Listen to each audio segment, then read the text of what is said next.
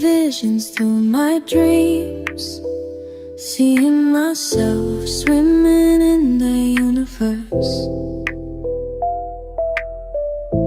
My ancestors gave me gifts to read cards, predict and heal. My name is Daphne, but spirit calls me Babylon.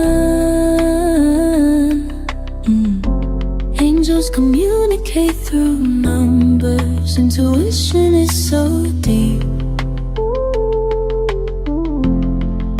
The gift I fully embrace within.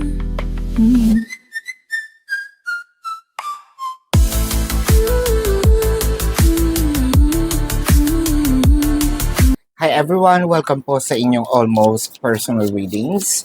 So, let's check kung anong nangyayari sa paligid. I want you to know that this is a general reading. So, you may resonate po sa buong reading na ito or baka konti lang, no?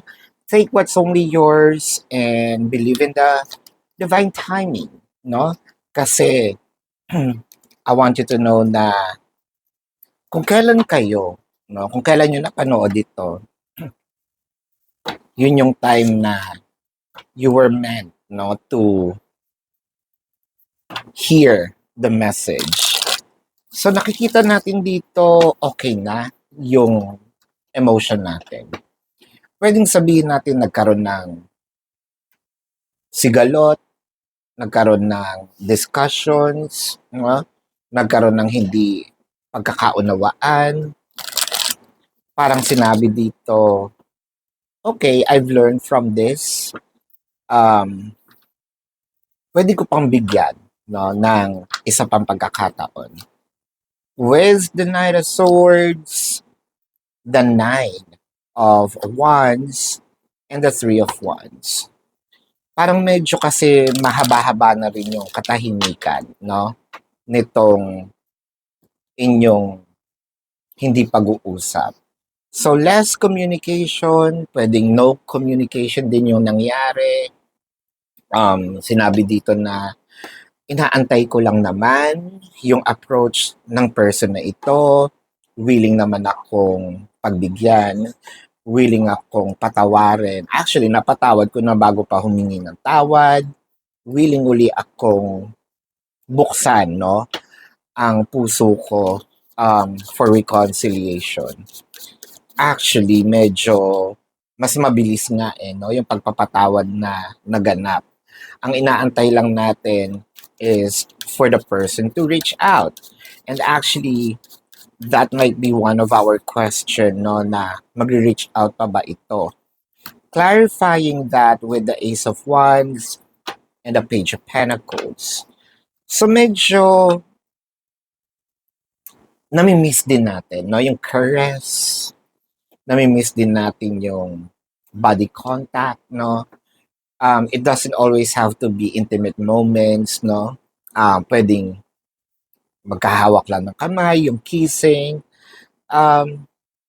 Pwede rin ito mag-transpire doon sa sex, no? Or making love.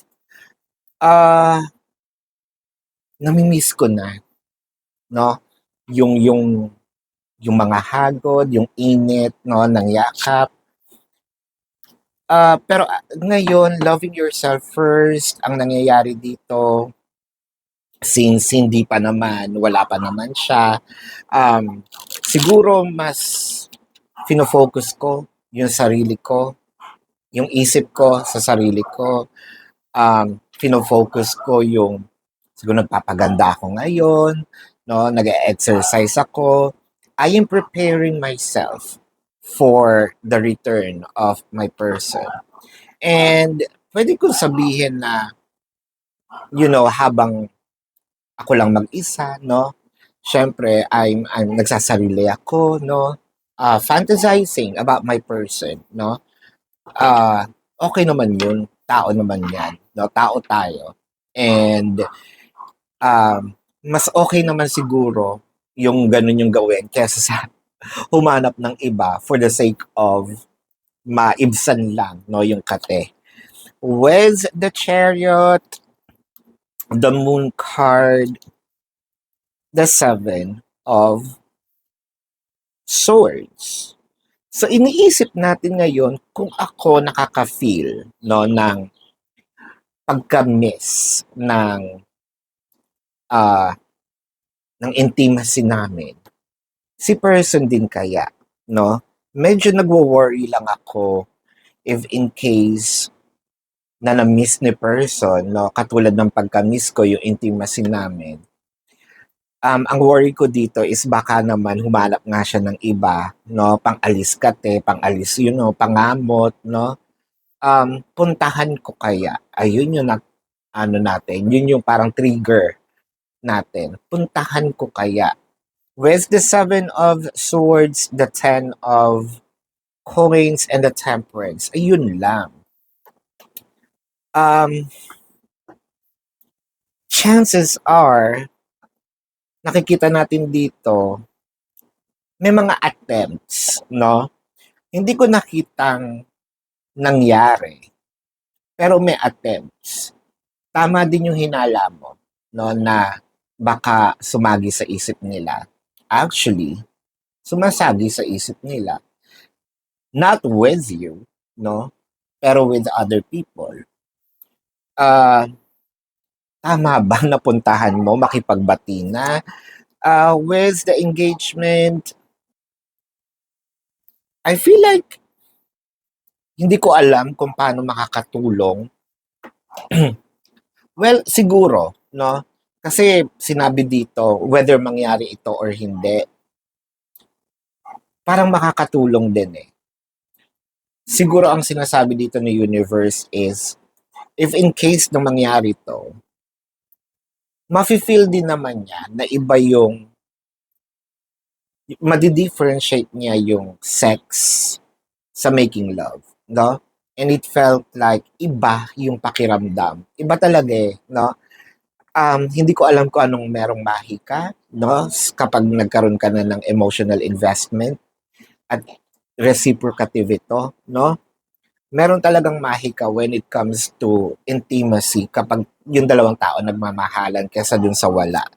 With the Queen of Wands, the Two of Cups, and the Justice, ang sinasabi dito ni Universe, you don't even have to go there. Pero iparamdam mo that you are still existing, no? Nabuhay ka pa, na pwede pa siyang bumalik, na maayos pa ang connection, even to a point na pwedeng kausapin mo siya in different ways, no? Communication kasi may be, pwede nating i-explore ang communication, especially ngayon, no?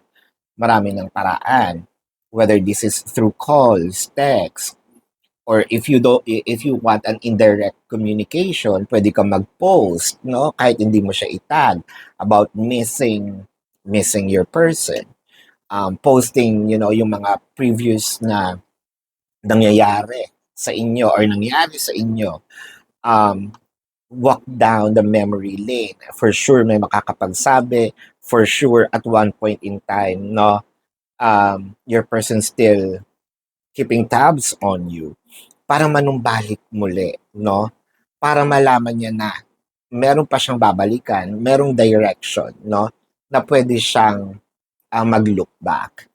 So, maganda din yung advice. Medyo worried lang din ako dito if I will be in this position.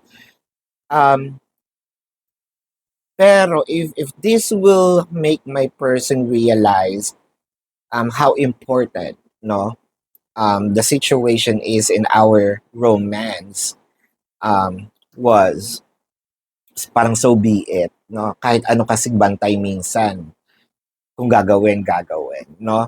Pero nakikita natin kasi the justice card showed up, pwedeng isang beses lang mangyari dahil marirealize niya na hindi masarap yung feeling, no? Ng mag-engage dito sa one night stand or walang emotion, no, na intimacy. So yun lang yung ating parang pampalubag loob, at least meron siyang reference din na iba yung pakiramdam kapag mahal mo yung tao, no? So, this is your reading. Let's check the zodiac sign of the person. Pero kung kayo po ay nakaka-resonate dito, let me know sa comment section. And kung meron kayong mga katanungan, sa description box ng video na ito, there is a link, no? Click the link, you will be routed to my website. Nandun po yung name, number, QR code, amount per questions. Take advantage of the 4 questions plus 1 kasi discounted po yun. And if you want to book a private reading, nandun din po siya. So, let's check now the zodiac sign of your person. This can be their sun sign or a placement in their chart. Libra, Cancer, Leo. Cancer is very dominant, no? Pisces is here. Libra din is dominant. Sagittarius, Taurus, Virgo, Aries. I'm seeing, did I just mention Gemini? Gemini is here. Aquarius. Yan, so this is your reading. Maraming salamat. Love and light. Namaste. See you po sa susunod na readings. Goodbye.